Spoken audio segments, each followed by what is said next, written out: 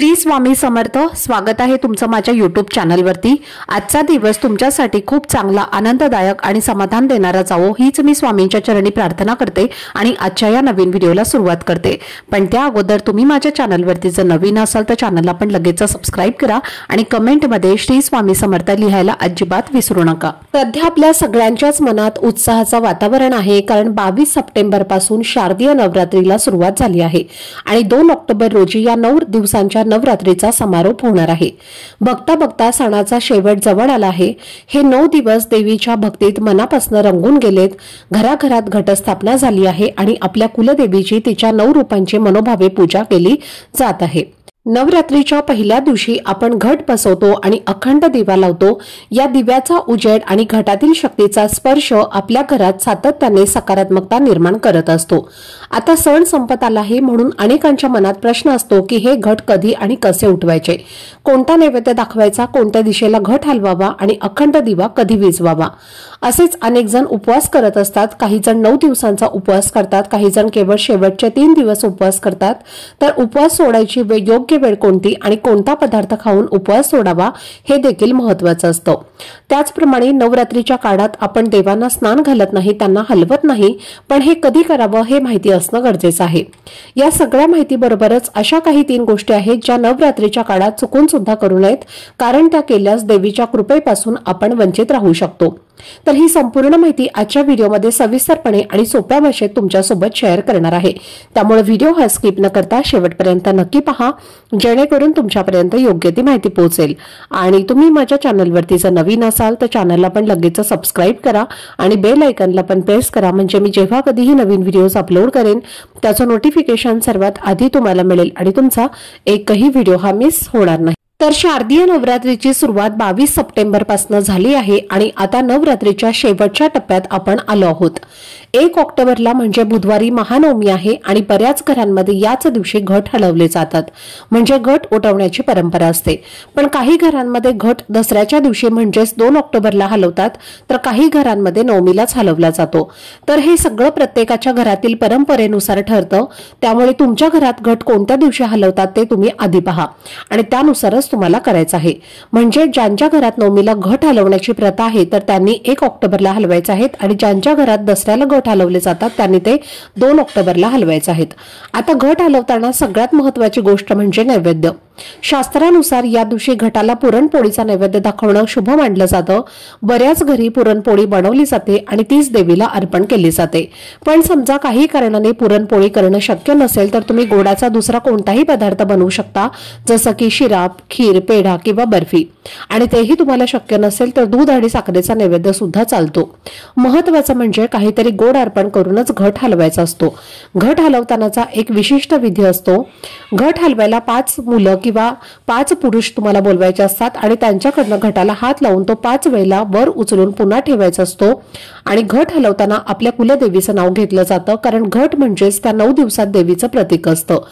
घट हलवण्याआधी एक विशेष गोष्ट लक्षात ठेवायची आहे, तो आधी तुम्हाला थोडासा उत्तर पूर्व दिशेला म्हणजेच ईशान्य दिशेला हलवायचा आहे।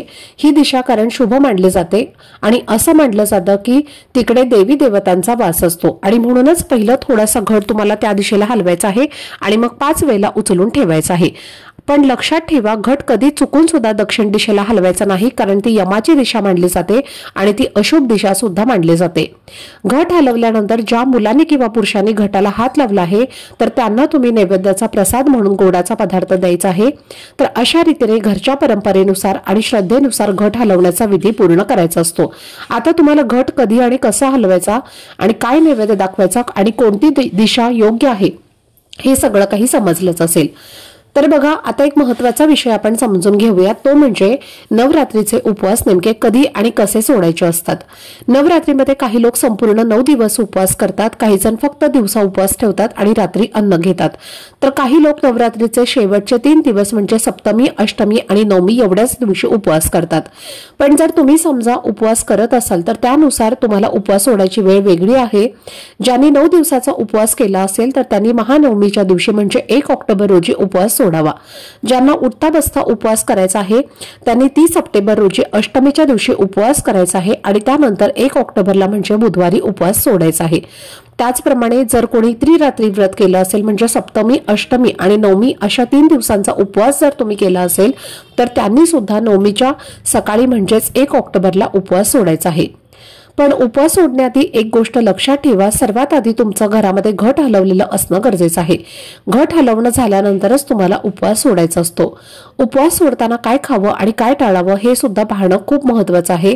सुरुवातीलाच मसालेदार पदार्थ, तळलेले किंवा खूपच तेलकट पदार्थ अजिबात खाऊ नका, कारण उपवासानंतर पोट आपलं नाजूक असतं आणि ते लगेचच त्रास देऊ शकतं। उपवास सोडताना फक्त सात्विक आणि हलकं अन्न तुम्हाला खायचं आहे। जर तुम्ही घटाला पुरणपोळीचा नैवेद्य दाखवला असेल तर त्याच पुरणपोळीचा थोडासा प्रसाद म्हणून खाऊन उपवास सोडायचा आहे। आणि जर तुम्ही काही गोड पदार्थ बनवले असेल जसं की खीर, शिरा, पेढा वगैरे तर तेही चालेल। उपवास सोडण्यासाठी भाजी, पोळी, वरण, भात असे पदार्थ करता येतील, पण एक गोष्ट नक्की लक्षात ठेवा, ती म्हणजे या सगळ्या पदार्थांमध्ये कांदा आणि लसूण अजिबात घालायचा नाहीये, कारण हे तामसिक पदार्थ मानले जातात आणि उपवासानंतर तामसिक अन्न टाळावं असं शास्त्र सांगतं। त्याचप्रमाणे उपवास सोडताना काही गोष्टी पूर्णतः टाळायच्या आहेत, जसं की मसूर डाळ, वांगी, दुधी भोपळा, लिंबू पिळून बनवलेले पदार्थ, तर हे सगळं तुम्हाला टाळायचं आहे। तर या गोष्टी पचनासाठी थोड्या जड असतात आणि उपवास सोडताना आपलं पोट खूपच संवेदनशील असतं आणि म्हणूनच सुरुवात नेहमी हलक्या आणि पचायला सोप्या अन्नाने करायची आहे। तर अशा रीतीने श्रद्धेनुसार आणि परंपरेनुसार आणि आपल्या आरोग्याचा विचार करत तुम्हाला उपवास सोडायचा आहे। जेवणामध्ये सात्विकता ठेवा आणि मनातही देवीच्या कृपेची जाणीव ठेवा। तर आता एक महत्त्वाची आपण गोष्ट पाहूया, ती म्हणजे नवरात्रीत घटाला कडाकणी कधी बांधायची आहे आणि ती नेमकी काय असते।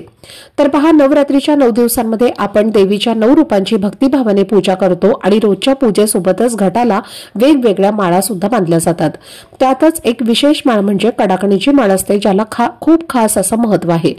कडाकणी ही एक पारंपरिक गोड डिश आहे। गव्हाचा किंवा कधी कधी मैद्याच्या पीठ घेऊन तुम्ही साखरेचा पाक मिसळून छोट्या छोट्या गोड पुऱ्या तळायच्या असतात, ज्या पुऱ्यांना एकत्र ओवाळून माळ तयार केली जाते। तर ही माळ देवीला अर्पण केली जाते आणि त्यासोबतच 5 सौभाग्य अलंकार म्हणजे जोडवी, वेणी, फणी, पान, सुपारी, कुंकवाचा करंडा अशी पारंपरिक वस्त्रालंकाराची प्रतीके बनवून देवीसमोर ठेवली जातात। तर आता प्रश्न येतो की कडाकणी कधी बांधायची। तर यासाठी ठराविक नियम नाहीत, कारण प्रत्येक घराची परंपरा वेगळी असते। काही घरांमध्ये 5व्या माळेला म्हणजे नवरात्रीच्या 5व्या दिवशी कडाकणी देवीला अर्पण केली जाते, काही ठिकाणी सप्तमीला, तर काही घरामध्ये अष्टमी किंवा नवमीला सुद्धा कडाकणीचा नैवेद्य दाखवला जातो। त्यामुळे तुमच्या घरामध्ये जशी पद्धत आहे त्यानुसारच कडाकणी बनवायची आहे आणि घटाला किंवा कुलदेवीच्या स्थळी ती अर्पण करायची आहे। अर्थात अनेक घरांमध्ये ही पद्धत अजिबात नसते, म्हणजे ना कडाकणी केली जाते ना सौभाग्याचे अलंकार बनवले जातात आणि नैवेद्य सुद्धा वेगळाच असतो। तर अशा वेळी काही जण व्हिडिओ पाहून लगेचच नवीन गोष्टी करून टाकतात, पण असं करणं योग्य नाही, कारण देवीची पूजा आणि सेवा ही श्रद्धेप्रमाणेच आणि आपल्या घरातल्या परंपरेनुसारच केली पाहिजे। जर तुमच्या घरी कडाकणी बांधण्याची तर जबरदस्तीने करण्याची गरज नाही, पण जर परंपरा असेल आणि मात्र योग्य दिवशी आपण योग्य प्रकारे ती करायची आहे। कडाकणी बनवताना अजून एक गोष्ट लक्षात घ्या, आजकाल सोशल मीडियावरती किंवा युट्यूबवरती कडाकणीच्या वेगवेगळ्या रेसिपीज दिसतात आणि आपण त्या बघून वेगवेगळ्या पद्धतीने कडाकणी करत असतो, पण हे टाळायचं आहे, कारण तुमच्या घरात ज्या पद्धतीने कडाकणी बनते, ज्या चवीनं आणि ज्या घटकांपासून बनते त्याच पद्धतीने ती तयार केली पाहिजे आणि देवीला दाखवायचा नैवेद्य हा तुमच्या परंपरेतील करायचा आहे, तोच खरा पवित्र मानला जातो। आणि म्हणूनच श्रद्धा ठेवून मनापासून आणि परंपरेनुसार देवीची पूजा केली तर देवी नक्कीच प्रसन्न होते। तर आता नवरात्रीच्या शेवटच्या टप्प्यावर एक अत्यंत महत्त्वाची गोष्ट आपण जाणून घेऊया, ती म्हणजे घट विसर्जनानंतर देव कधी हलवायचे, अखंड दिवा कसा विझवायचा, घटातील पाणी काय करायचं आणि त्या नारळाचं योग्य विसर्जन कसं करायचं। तर पहा, नवरात्रीच्या पहिल्या दिवशी आपण जेव्हा घटस्थापना करतो त्याच वेळी आपल्या देवघरातही विड्याच्या पानांवर देवांची स्थापना केली जाते। तर या 9 दिवसात हे देव जागेवरून हलवले जात नाहीत आणि त्यांना दररोज स्नान घातलं जात नाही। मग हे देव हलवायचे तरी कधी? तर बघा, याचे योग्य वेळ म्हणजे विजयादशमीच्या दिवशी म्हणजे दसऱ्याच्या दिवशी तुम्हाला हे देव हलवायचे आहेत। महानवमीच्या दिवशी अजून देव तुम्हाला हलवायचे नाहीत। दुसऱ्या दिवशी सकाळी देवांना स्नान घालून त्यांचं पूजन करून त्यांना योग्य त्या त्यांच्या मूळ जागी देवघरामध्ये स्थापित करायचं आहे। विड्याच्या पानांवर ठेवलेले देव विसर्जन करताना ती पानं निर्माल्यामध्ये टाकायची आहेत आणि घटामध्ये जे पाणी असतं तर ते पाणी अतिशय पवित्र मानलं जातं।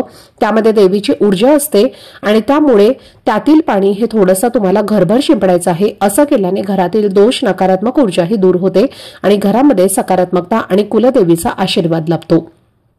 उरलेलं पाणी तुळस वगळता इतर कोणत्याही झाडाला तुम्ही घालू शकता। आता प्रश्न आहे, अखंड दिवा कधी विझवायचा आणि कसा विझवायचा? तर पहा, तर हा दिवा आपण घट उचलत असताना उचलू शकतो, पण जर तो तेवत असेल तर त्याला हाताने विझवायचा नाही आणि फुंकर मारून तर अजिबात विझवायचा नाही। त्याला आपोआप शांत होऊ द्यायचं आहे, विझू द्यायचं आहे, कारण ही अतिशय पवित्र भावना असते आणि बरेच जण चुकून तो दिवा लगेचच विझवतात, पण असं केल्याने पूजेचं आणि व्रताचं फळ लाभत नाही आणि म्हणून ही चूक आपल्याला टाळायची आहे। घटामध्ये सुरुवातीला जी सुपारी ठेवलेली असते, म्हणजे जे 1 रुपयाचं नाणं आपण ठेवलेलं असतं, तर त्याबद्दल सुद्धा एक श्रद्धा आहे आणि ते नाणं आपण आपल्या तिजोरीमध्ये ठेवायचं आहे, कारण ते शुभ मानलं जातं। आणि सुपारीसह माळा, फुलं, पानं इत्यादींचं सर्व पूजा साहित्यांचं निर्माल्यामध्ये तुम्हाला विसर्जन करायचं आहे। घटातील धान्य जे आपण पेरलेलं असतं तर त्यातील थोडंसं धान्य हे देवघरामध्ये ठेवलं जातं आणि उरलेलं वाहत्या पाण्यामध्ये विसर्जित करावं। इथे काही चुका आहेत ज्या 99% लोक अगदी कळत न कळत करतात आणि त्यामुळे त्यांना पूजेचं संपूर्ण फळ मिळत नाही। उदाहरणार्थ, नवरात्रीच्या पहिल्या दिवशी घटावर ठेवलेला नारळ हा आपण देवीचं रूप मानून 9 दिवस पुजतो आणि त्यामुळे नंतर हा नारळ फोडून खाणं चुकीचं ठरतं, कारण आपण पूजलेली गोष्ट फोडत नाही तर तो नारळ तुम्ही वाहत्या पाण्यामध्ये विसर्जित करावा किंवा शक्य नसेल तर तो जमिनीमध्ये तुम्हाला लावायचा आहे। दुसरी महत्त्वाची चूक म्हणजे अखंड दिवा विझवणं। तुम्ही जर दिवा स्वतःहून विझवला तर पूजेचं पावित्र्य कमी होतं, म्हणून तो तेवत ठेवायचा आहे आणि त्याला आपोआप विझू द्यायचा आहे। तिसरी गोष्ट म्हणजे घटातील पाणी तुळशीला घालणं। तर हे पाणी तुळशीला घालायचं नसतं, कारण हे शक्ती असलेलं पाणी असतं आणि ते इतर झाडांना घातल्याने घरामध्ये शुद्धता आणि शुभता लाभत असते।